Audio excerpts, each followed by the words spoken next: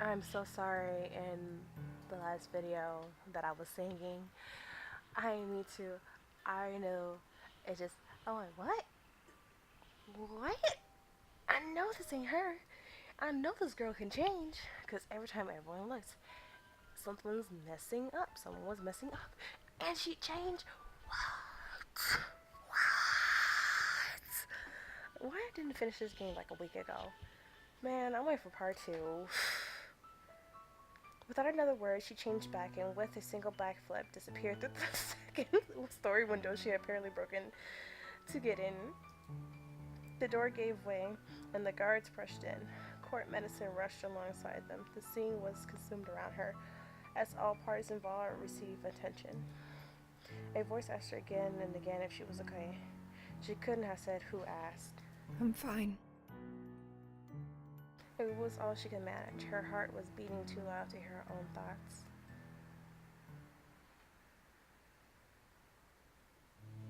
Ash found Prude in the front of the courtyard. She could hear her whisper something faintly. She's gone. Prude hastily wiped at her eyes. Oh, hey, Ash. She took a seat suddenly in by her. Let me do something real quick. I'm like, hey, what the fuck are you doing? Doing what I always do. BB. Oh.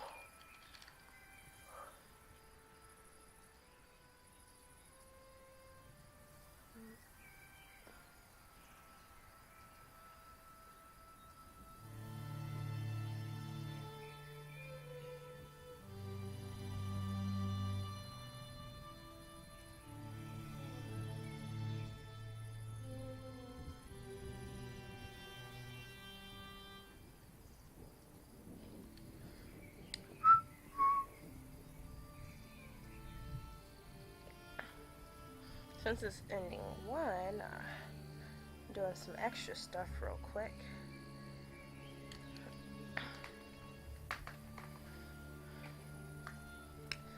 You okay? No. The clarity which she said the word hit Ash like a brick.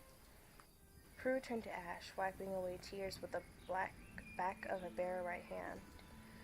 The sight struck a chord deep inside Ash, and she held back her own tears. I had 22 years to learn about my kingdom, but I didn't. I spent the entire time focusing on magic, on my life. I spent the entire time assuming that one day, when I had graduated, I would have time. Time as a court mage, under my mom's careful tutelage. Time to learn everything I needed to know about being a king. I don't know what I'm supposed to be doing. Prue gestured back to the throne room.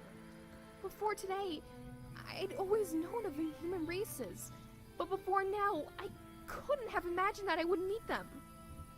They're supposed to be rare, secreted away in a corner of the world so distant that Celeste would never have been expected to entertain their ambassadors. Tears glittered in the corners of Prude's eyes.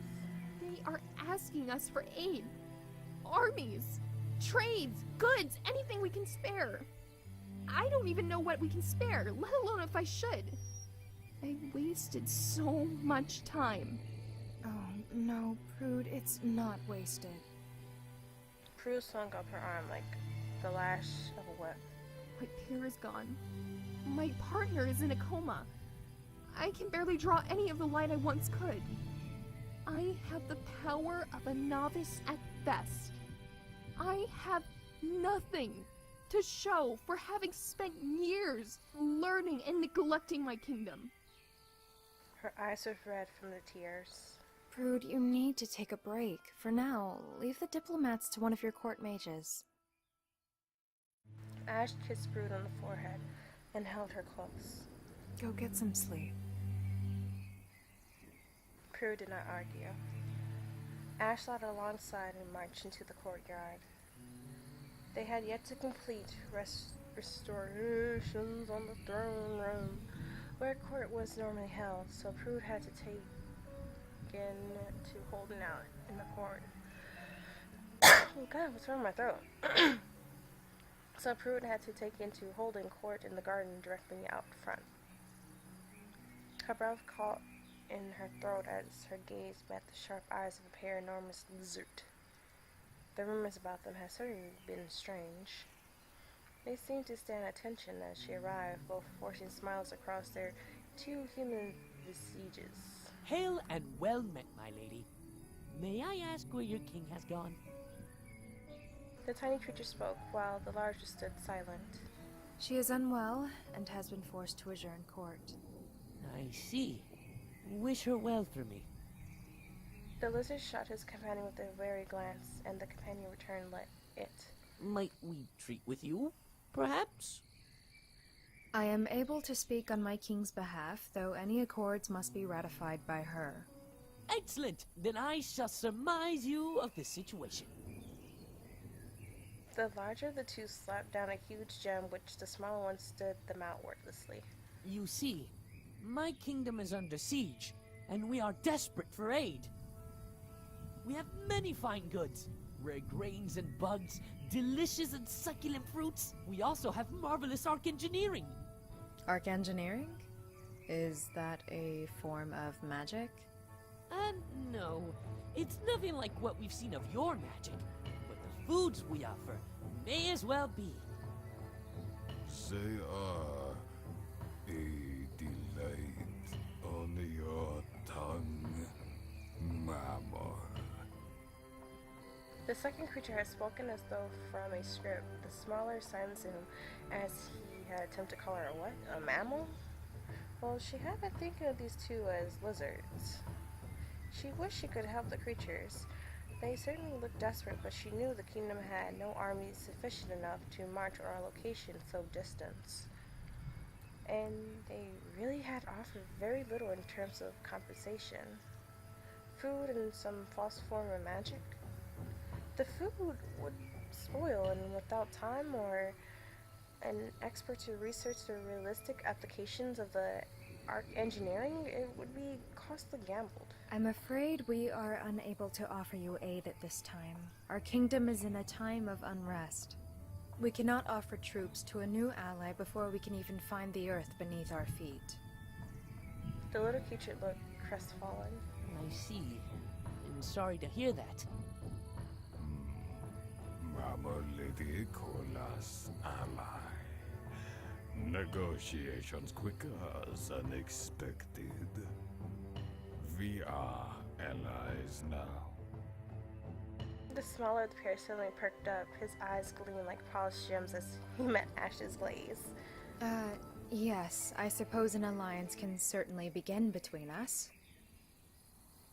With a flourish like that of a street magician, the small lizard produced a volume of paper that struck fear into Ashes as she thought he produced the very weapon that had slain the previous king. We must discuss terms! Trade agreements, import and export taxes, tariffs. Immigration accords. We need know what kingdom's alliance with you restricts us from treating with. We don't want to put a tiger and a lion in a box, now do we? Lion? Lion? What? Of course. Croc, you go make Trineville Xanthine. This is going to take a while. Yes, Mox. With a bow, the large beast set down his enormous pack and gathered a bag overflowing with a dirt-like powder. He sniffed the air and began marching towards the kitchen. Now, I need to know how your people feel about the terminal period of egg adoption. It was going to be a long night. What exactly was anyway? A cool breeze washed over her, making Ash shiver. Laying out on the grass during the winter was far less an optimal situation, but now the living golem had refused to leave her side and she needed fresh air. She held back a black rose in front of her and slowly breathed in its scent. No power came. How has she done it before? For that matter, where had the light come from? It still came when she called it. She had no issues performing reanimation. Was she somehow a Grey Mage too? The woman had said she was no paladin. The woman, goddess, but she was beautiful. Ash sighed. The familiar clack of a cane and shuffled feet surrounded her to the arrival of Elfnod and Belinda. She opened her eyes to see the pair, arms entwined. Belinda stood tall. She had survived the incident with nothing more than a fierce scar right over her heart. Elfnod had not far as well. His leg had been crushed, and though with Prudence' help it had begun to heal, it was still months from being able to be used without support. Don't mind us, Ash. I know you're wanting your quiet time. We're just getting Elfnod out for his daily walk. It's fine. Well, I say you needn't mind us, but you may want to pay mind to Prudence. She is, not doing so well. Elfnod did not need to say why. Hector still had not woken up from his coma. A week had passed since he had given up his hearts. Prude and Belina had recovered within the day. Elfnod was still recuperating, but Hector hadn't opened his eyes since he had last closed them.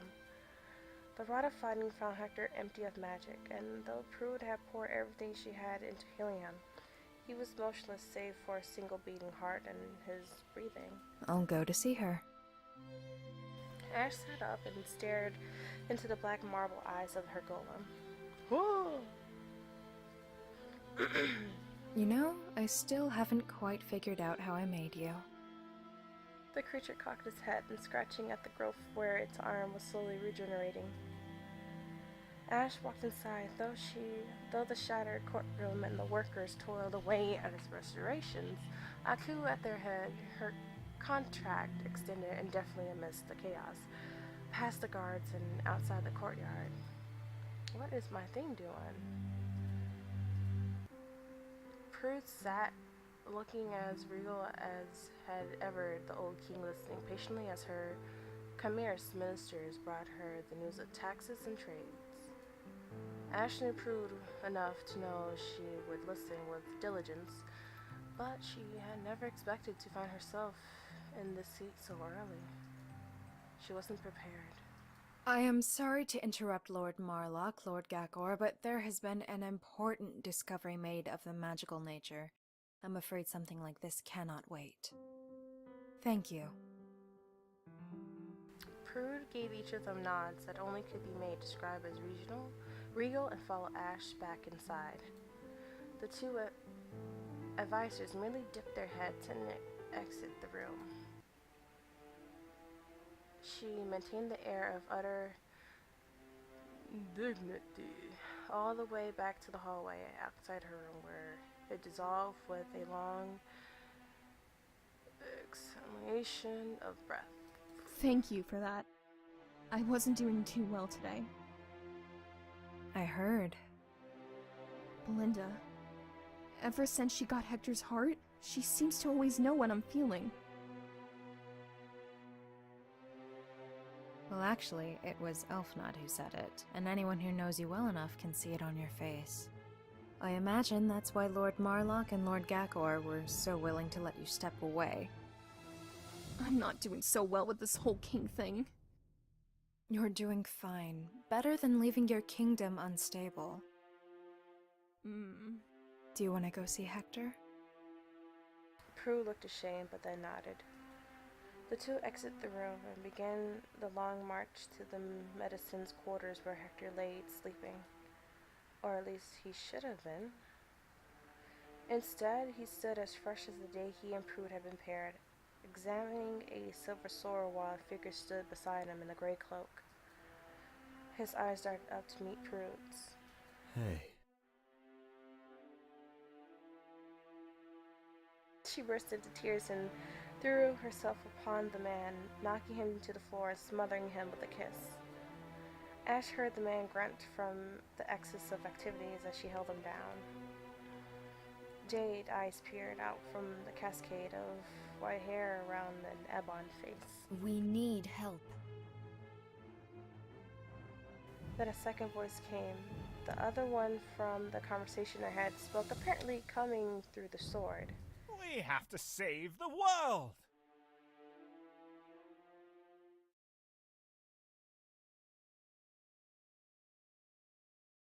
Alright, it's epilogue now. Ash rested her arms across her face. She did not need to cover her eyes. There was no sun to block out only an endless sea of stars. And yet the light blinded her. It burned in her chest, beating in her heart right beside the familiar darkness. Today she had learned that her pair was no paladin, that she was something else. Neither Terra nor the sword had been entirely clear on exactly what Terra was. That meant that the glowing ember of light was her own. She was a grey mage, possessed of duality, glowing with a single heart beating in her chest. How is this possible? Everything she knew about the magic was suddenly called into questions. How much of what she had learned over the last 14 years was wrong? If one did not need to pair to another to draw upon the opposite will of power, not to mention the fact that in Terra, in the sword, and in the apparent abilities of witches, there were so many wells of powers that she had never even known until now. How many would she tap into before this was all over? A crunch knocked her back to reality, and she started to a sitting position. A slender figure in the cloak, as black as the shadows around it, approached from the palace. The golem turned slowly to regard her. Ash? Terra's voice was oddly familiar for someone she had only met twice before. Well, twice while she looked like that anyway. I'm here, under the tree. Golem. She moved forward with a grace that made her movements difficult to follow. Ash can help but wonder if it was a type of magic or perhaps it was simply near supernatural dexterity. Terra came up under what would have been the shade of Golden's back leaves and lowered her head, her eyes looking up in the night sky. It's so beautiful tonight. The sky is so clear and the night so dark. You can see for aeons. She smiled. She was beautiful. She was a type of beauty Ash had never known, and it captivated her. It reached out and gripped her heart with a stranglehold that choked her words in her throat. Yeah. It was almost she could imagine. It's the most she could imagine, man. You seen a black dark elf before? No, girl. So tell me, Veronica Ashmar, do you know exactly what this is? Terra raised a hand and stroked her obsidian fingers across the black phoenix that rose across her right hand. It marks us as a pair. Surely you've picked that much up. Yes, but besides that, from what I've learned, it allows a necromancer or a paladin to draw upon their partner's power. That gives them access to gray magic. But my magic is very different from the magic of your paladins. There is a chance that our magics will not work together. To be honest, I'm not sure that's actually how it works anymore. Oh? All I am sure of now is that the magic of a pairing creates a powerful, emotional, physical, and spiritual tie between two people. It's no surprise that most pairs become romantically involved. Yeah, I kind of noticed with your friends. Yeah. Ash tried to read Terra's face, still aimed up towards the sky, 'cause she's so pretty as fuck. Was there any reaction to her words? No, her face was a mask of passivity. It would appear the girl had no interest. Terra turned to her, and perhaps it was a trick of starlight, but her face seemed different. Her jaw stronger, her shoulders more wide. Do you think the same will be true for us? Bitch, you cute. I love you. Can she beat Bae? Can she beat Bae?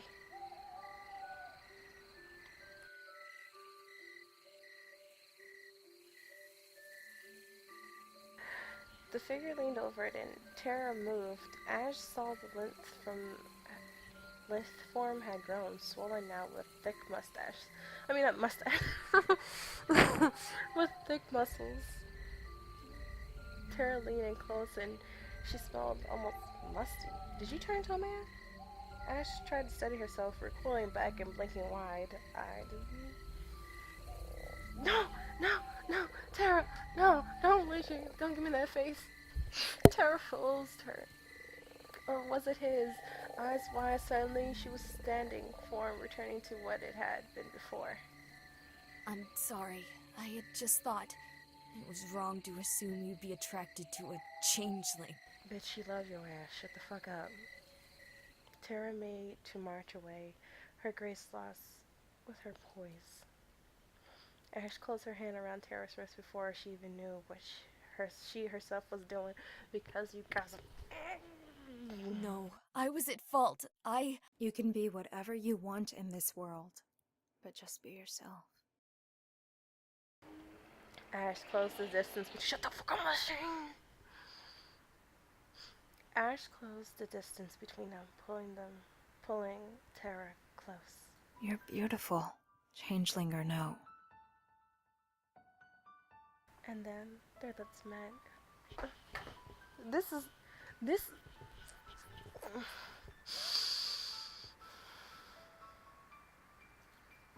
Everyone who see, can they hear me? Yes, you guys can.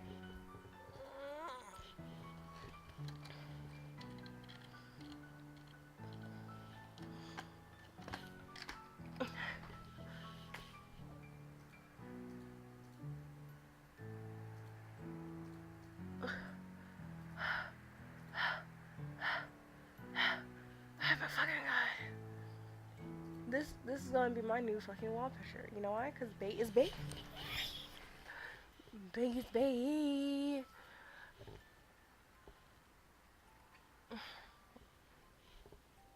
I'm dying. Ash couldn't keep herself from smiling, and from the looks of it, neither could Tara.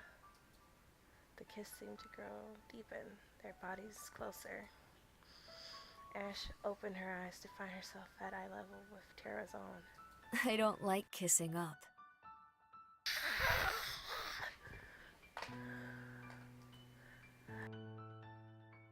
The world is all fireworks. I can't. Where's part 2? I want part 2. Don't you thank me for playing? Where the fuck is part 2? This is ending 1. This is ending 1.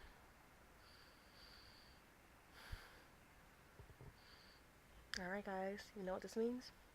It's time for that ending 2 or whatever. How many endings are there? How many endings?